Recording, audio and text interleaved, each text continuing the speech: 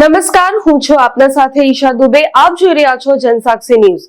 નજર કરીએ આજના મુખ્ય સમાચારો પર.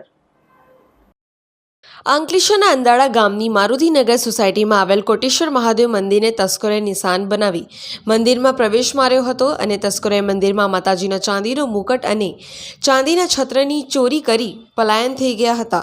સવારે ભક્તો મંદિરે પૂજા કરવા આવતા માતાજીના ચાંદીનો મુકુટ અને ચાંદીનું છત્ર ગાયબ જણાતા ચોરી થઈ હોવાનું માલુમ પડ્યું હતું. આ ચોરી અંગેની જાણ સોસાયટીના આગેવાનોને થતા તેઓ પણ મંદિર ખાતે દોડી આવ્યા હતા અને બી ડિવિઝન પોલીસને જાણ કરતા પોલીસ કાફલો દોડી આવ્યો હતો અને અંદાજિત 1 લાખના ચાંદીના મુકુટ અને છત્રની ચોરી અંગે સોસાયટીના આગેવાનોએ બી ડિવિઝન પોલીસ મથકે ફરિયાદ નોંધાવી હતી. આજરોજ મારુતિનગરની અંદર રાત્રે લગભગ 1 વાગ્યા પછી આ ઘટના બની છે. ચોરી થઈ ગઈ છે.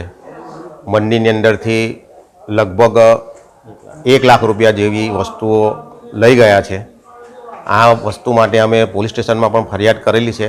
પોલીસ સ્ટેશન તરફથી પોલીસ અહીંયા આગળ આવીને કર્મચારીઓ આવીને એનું ઇન્વેસ્ટિગેશન કરી ગયા છે. પણ અમારી વધુ એક એવી માગણી છે કે થોડું પેટ્રોલિંગ થોડું વધારી દેવામાં આવે તો આ બાબતે થોડું આગળની કાર્યવાહી થઈ શકે. મંદિરની અંદરથી માતાજીનો એક મુંગટ ગયો છે અને ઉપર માતાજીની ઉપર જે છત્ર મૂકેલું છે તે ગયું છે. આ બધું મળીને કુલ લગભગ 1 લાખ જેવી રકમ થાય છે. પિન્ટુ મોદી, જનસાક્ષી ન્યૂઝ, અંકલેશ્વર.